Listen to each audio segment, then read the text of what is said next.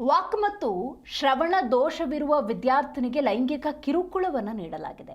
13 ವರ್ಷದ ನಂತರದ ಸಂದರ್ಭದಲ್ಲಿ ಪೋಕ್ಸೋ ಪ್ರಕರಣ ಈ ನಿಟ್ಟಿನಲ್ಲಿ ದಾಖಲಾಗಿದೆ. ನೋಡಿ, ಲೈಂಗಿಕ ಕಿರುಕುಳ ಅಂದಾಗಲೇ ಬಹಳ ದೊಡ್ಡ ಅಪರಾಧ. ಅದರಲ್ಲೂ ಕೂಡ ಕೈಲಾಗದ ವಿದ್ಯಾರ್ಥಿನಿಗೆ ಈ ರೀತಿ ಲೈಂಗಿಕ ಕಿರುಕುಳವನ್ನು ನೀಡಿದ್ದಾರೆ ಅನ್ನೋದಾದರೆ ಅದೆಂತಹ ಕಾಮಕರಿರಬೇಡ. ಸಂಜೀವ್ ಸದಾನಂದ ಎಂಬುವರಿನ ದೂರಿನಂತೆ FIR ಕೂಡ ದಾಖಲಾಗಿದೆ. ಚಾಮರಾಜನಗರದ ಕೊಳ್ಳೇಗಾಲ ಠಾಣೆಯಲ್ಲಿ ಈ ಕೇಸ್ ದಾಖಲಾಗಿರೋದು. 2012ರಲ್ಲಿ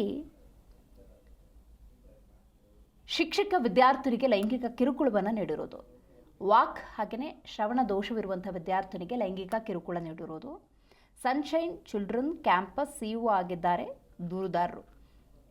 ಇವರ ದೂರಿನ ಆಧಾರದಲ್ಲಿ FIR ಕೂಡ ದಾಖಲಾಗಿದ್ದಾರೆ. ಇನ್ನು ವಿದ್ಯಾರ್ಥಿನಿ 2012-13ನೇ ಸಾಲಿನಲ್ಲಿ ವ್ಯಾಸಂಗವನ್ನು ಮಾಡ್ತಾ ಇರ್ತಾರೆ.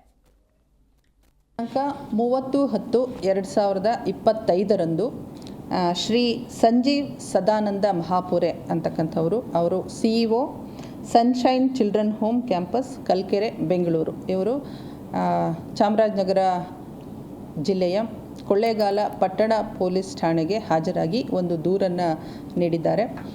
ಆ ದೂರಿನಲ್ಲಿ ಅವರ ಸಂಸ್ಥೆಯಲ್ಲಿ ಓದ್ತಾ ಇದ್ದಂತಹ ಒಬ್ಬ ಸ್ಟೂಡೆಂಟ್ ಅವರು 2012-13ನೇ ಸಾಲಿನಲ್ಲಿ ಅಲ್ಲಿ ಕೆಲಸ ಮಾಡ್ತಾ ಇದ್ದಂಥ ಒಬ್ಬ ಶಿಕ್ಷಕರಿಂದ ಲೈಂಗಿಕ ದೌರ್ಜನ್ಯಕ್ಕೆ ಒಳಗಾಗಿದ್ದಾರೆ ಅನ್ನುವಂಥ ದೂರನ್ನು ನೀಡಿದ ಆಧಾರದ ಮೇಲೆ ಕೊಳ್ಳೇಗಾಲ ಪಟ್ಟಣ ಪೊಲೀಸ್ ಠಾಣೆಯಲ್ಲಿ ಪ್ರಕರಣವನ್ನು ದಾಖಲಿಸಿಕೊಂಡು